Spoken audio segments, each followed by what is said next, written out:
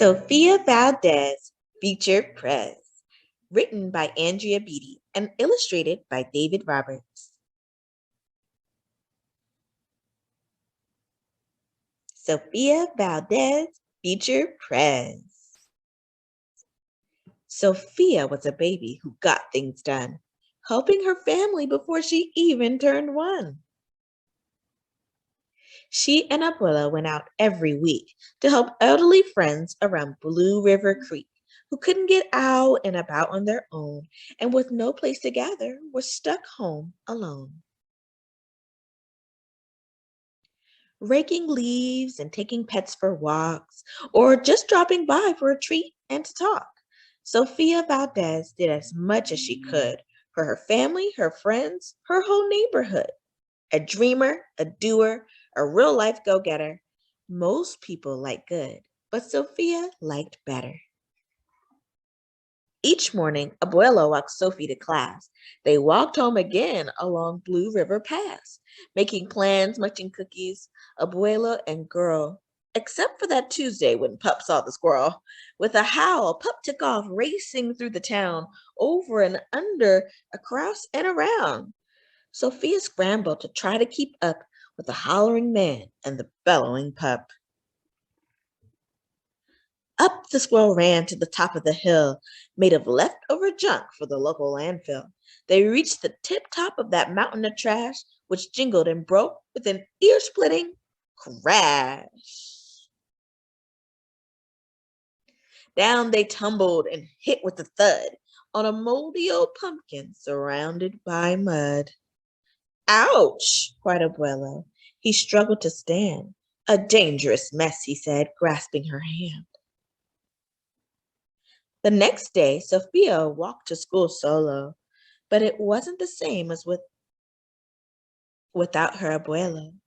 That's not right, declared young Sofia, who glared at Mount Trashmore and got an idea.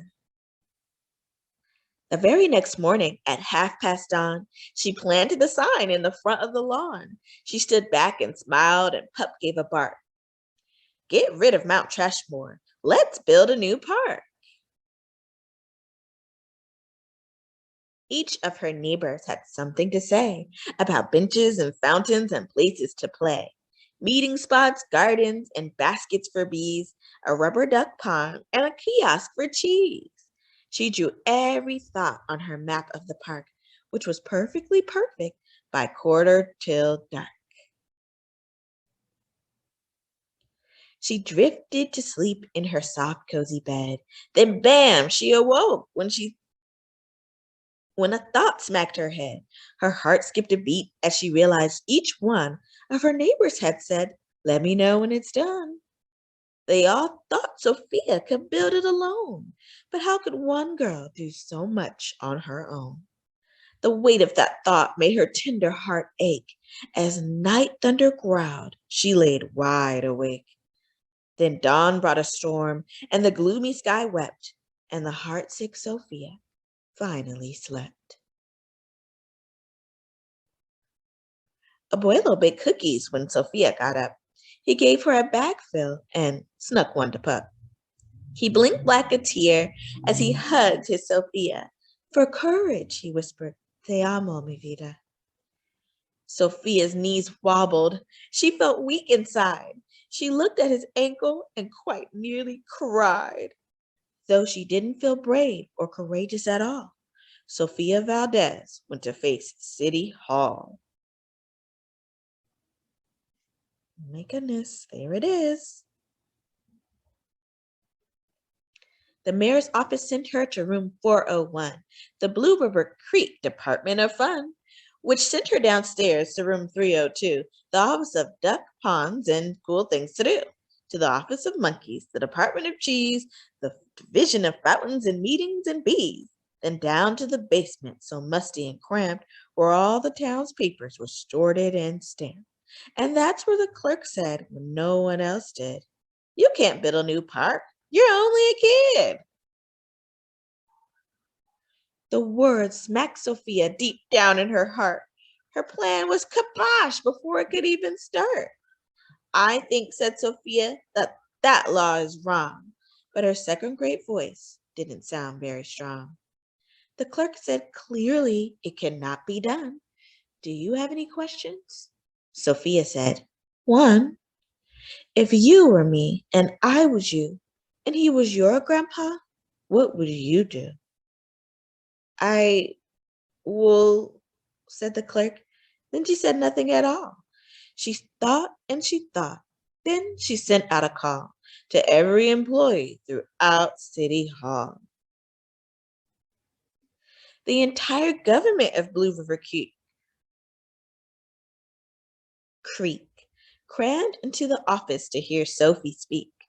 But her words jumbled up and her cheeks turned bright red as dozens of emotions rushed into her head. Her heart beat so loud she thought it would crack. The crowd leaned in closer and Sophia leaned back. Then her arm brushed the edge of the old cookie sack. And that was the moment when Sophia first knew. Being brave means doing the thing you must do, though your heart cracks with fear and though you're just in grade 2.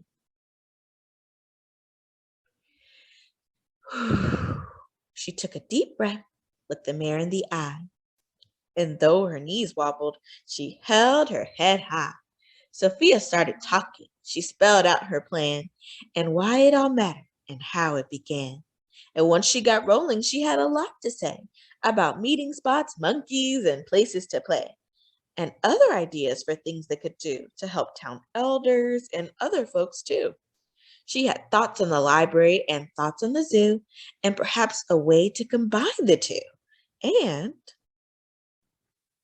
all right, cried the mayor. Go start a petition. If the town wants a new park, we'll form a commission. And so young Sophia got right to work with some help from her family and pup and the clerk.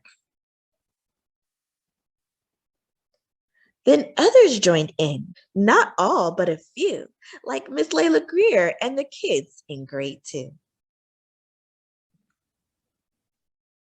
There were hearings and surveys and taxes to figure, then bulldozers, cranes, and a blue bigger digger. They all built that park, and that's how it got done, with the hard work of, by, and for everyone. But it began with a dream of one person, just one, who laced up her shoes, then led the way to help Blue River Creek get a new place to play. Now, every evening till long after dark, the town comes together at Citizens Park. They hold this truth to be self-evident, that Sofia Valdez could grow up to be president. Until then, Sophia, the real-life go-getter, helps Blue Creek get better and better. The end. This book is dedicated to you. You're braver than you know and mightier than you could ever imagine. Be bold.